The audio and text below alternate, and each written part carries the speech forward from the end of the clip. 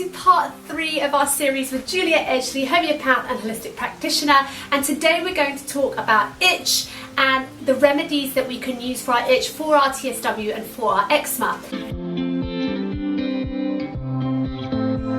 So tell me a little bit about what we can do to manage our itch, because itch is the #1 thing that is basically killing us. Itch kind of rules our life when we're healing our skin, and it's something that obviously we need to manage and get under control, because otherwise it's the vicious cycle of opening up your skin and possibly leading to infection as well, and obviously trying to really manage that itch. So tell us what we need to be doing. Okay, so for the first thing with the itch, you need to identify your triggers. So this all goes back to the foods, because the experience that I've had with patients, your foods will trigger the itches. Okay. Will contribute to the intensity of the itch. Okay. So that's really huge. So it might necessarily be straight away, but it can be a few days later. Right. The other things that can really influence the itch is the water that you live in, because I remember with ourselves, we live in an area that is extremely hard water, which means there's a mineral buildup. It changes the pH of your skin. That can contribute to the itch. The other thing as well you want to do is make sure that your basic things like make sure your nails are really cut down low. You will get your nails done eventually. Or some people actually get their nails done because they're so blunt that they can't get the itch. That's right, they get the gel nails.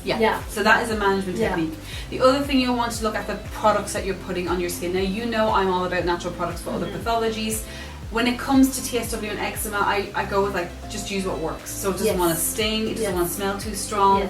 I'm not talking about specific ingredients, I'm just find what works for you.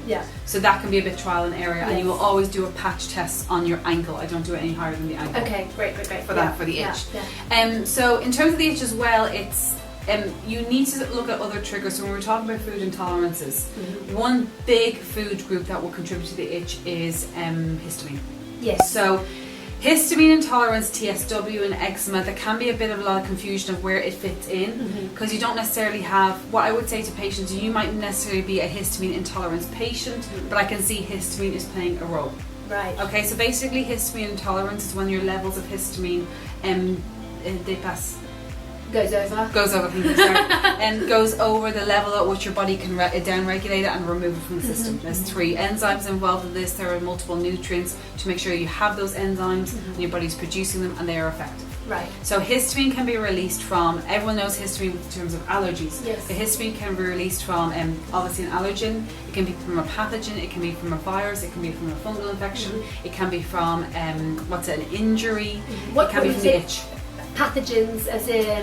Viruses, bacterial. Right, okay. So is that why sometimes, because I often find when I'm run down and I'm sick, I flare really badly. So that's my... That could be linked to histamine. That could be my histamine link. It will be playing a role somewhere in it. Okay. Absolutely. Okay, that's so interesting. And mosquito bites. We're in the summer. Mosquito bites can cause a histamine flare as well.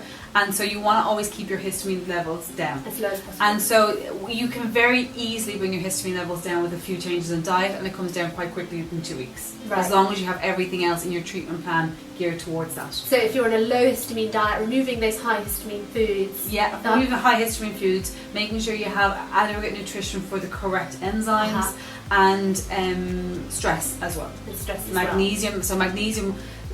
For example, magnesium is a great example, because magnesium will help you with the stress, with your sleep. Is also a cofactor for DAO, which is one of the enzymes that bring the histamine. It's one of my favourite supplements because it also gives me energy. I find I feel like nowadays, because I have that magnesium in my supplement intake, that is just giving me that life that I need. Exactly. Because I used to always want to have a nap at about 2 p.m. every single day during my healing journey, and then as soon as I started taking magnesium, I always got my life back together, as it were, or I did get my life back together, and I have that longevity now in my day, whereby I don't have that dip in fatigue as much as I used to. So it's a brilliant. So it's a great supplement. It's a great supplement. And it's great for yours because it's balanced with calcium. Yes. Because when we're going on to the type of skin texture, we'll talk about that. Calcium is really important, and calcium and magnesium have to be in balance. Right. So that's why you have the balance of the two of them, and that can really impact how your body's using the magnesium. Okay, great. Oh, that's brilliant. So for the itch, you always look at kind of what are your triggers. It can take a long time to identify your triggers. That's why my treatments can be quite intense, because we do a blanket call of other triggers, and then we start to reintroduce to see exactly what's going on. When I say triggers, your itch can be triggered by 2 factors at the same time. say you have histamine food, you're eating a histamine type, you're having a histamine type lifestyle, but you're not stressed. You're like, oh my god, I'm fine. But then you're stressed, you're not sleeping, or you get a shock.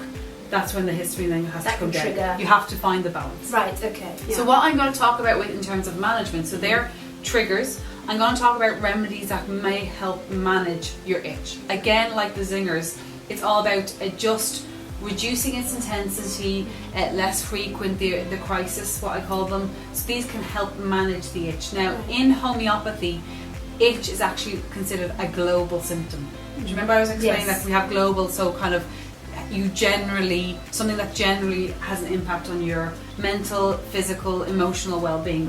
Itch is one of them. Okay. So though it's particular to your skin, we're looking at the bigger picture. So there are dozens, if not hundreds, of remedies for itch. So, but these are very specific ones that you can start just to try and manage the intensity of it. Okay. To really bring that itch right down. Exactly.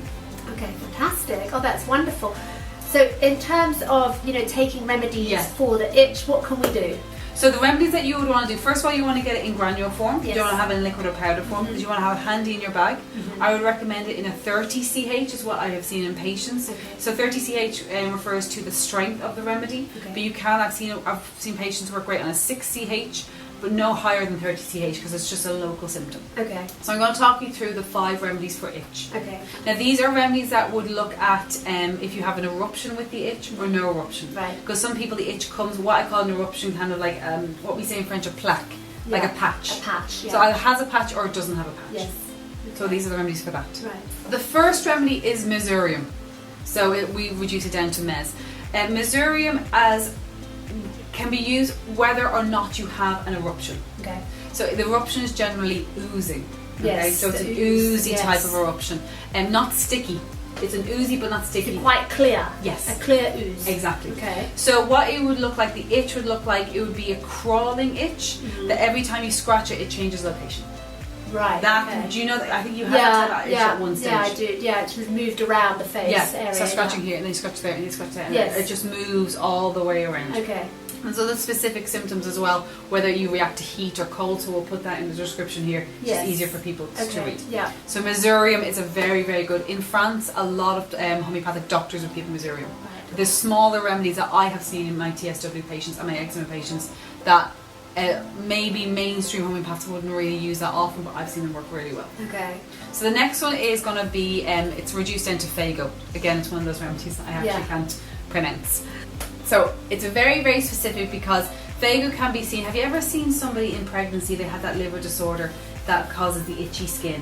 And it's just like an itch. It kind of comes in a wave everywhere. There's some people who are pregnant that tend to get a sporadic sort of skin condition. Yes. And they've never had skin conditions before. No.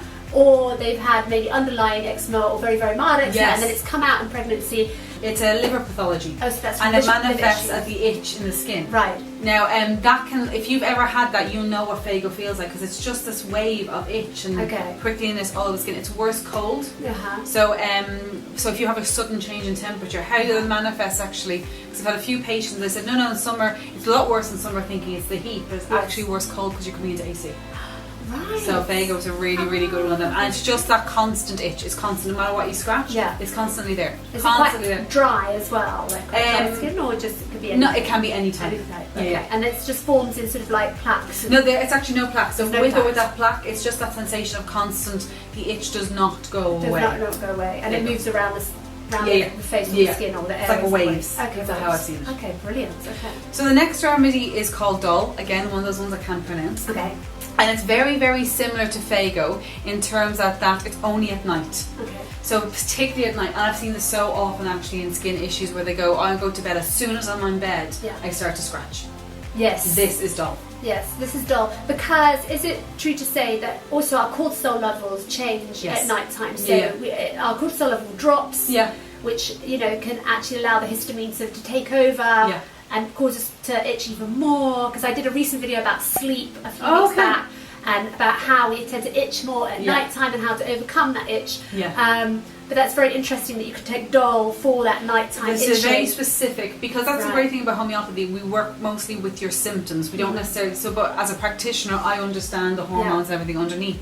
But if you, for whatever reason, you're itching at night, whether it be cortisol or histamine, Dol is your remedy. Dol is your remedy. Yeah, that's it's like not around the other days. Like, oh, I can do it in the day, but not at night. It drives me mad at night. Dol. Okay. And with all of these remedies you're suggesting, do you just take them as and when you feel the symptoms arising, or is there a course that? If you, for example, you constantly itch at night, then I would take Dol every day. You see, like, it's a very distinct pattern. But if your pattern seems to chop and change, if your pattern does chop and change and you can't underline it, that's when I would say you see a practitioner, because they will see the pattern for you. Okay. Sometimes we're just so in our symptoms we can't see it ourselves. Yes. But if you can really see it's at night, then you can take Dol. Now, because it's only a therapeutic, meaning that it's for a local symptom. Yes. After a few weeks or a few months, it might have less of effect. Other symptoms will start to manifest. Your symptoms will change. You then change the remedy. Right. Okay. So once you can start sleeping at night, and you don't have that itchiness at night, but you might have sort of that more general day exactly. Or a patch will come up. Like, I didn't have a patch before. You just need to change the symptom, because that's the thing about homeopathy. When you're using a therapeutic, it's not treating the underlying cause. Okay. So it'll actually bring up symptoms. It's a very good thing actually in homeopathy. It's your body presenting what needs to be treated next. Okay, that's brilliant to know. Thank you very much. That's all. Alright. And the next one is Petroleum. You know Petroleum. Oh, this is my one. Petroleum has a plaque. Petroleum, how I would describe the appearance of petroleum skin is, do you ever see chefs and they're washing their hand all the time? They're washing, and they get those cracks. Yes, the cracks here, there's the cracks there. Remember, you have cracks everywhere. The cracks here, they can be cracks if you're cracks around in the nipples, if you're a man or a woman. That's petroleum. Very specific. It is worse in winter. Right. So you get everybody and they think, because everyone knows that psoriasis gets better in summer. Yes. So this is when you have, sometimes you've had a different diagnosis of what is actually going on with your skin, whether it be eczema, TSW, psoriasis. It's always better worse in winter. This is petroleum, and it cracks. Okay. Itch and cracks. Yes. So, but you can still scratch in the cracks. Yeah. Yeah. It feels like it's more burny. Yes. You know when you've cut yourself and your body forms a scab and then it itches around the scab? Yes. Yeah. Petroleum. Okay, brilliant.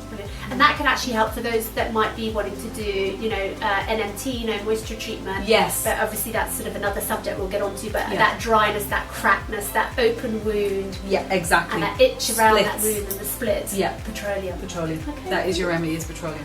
Oh, well, thank you very much, Juliette. We've learned so much. And for those of you who are interested in homeopathy, then I'm going to put them all in the description below so that you can seek out where you can go and get them, which is normally in your local pharmacies. In France. Yeah. Otherwise online. So check out, depending on what country you're living in, where you can find those remedies. Thank you very much. My pleasure. See you in the next part.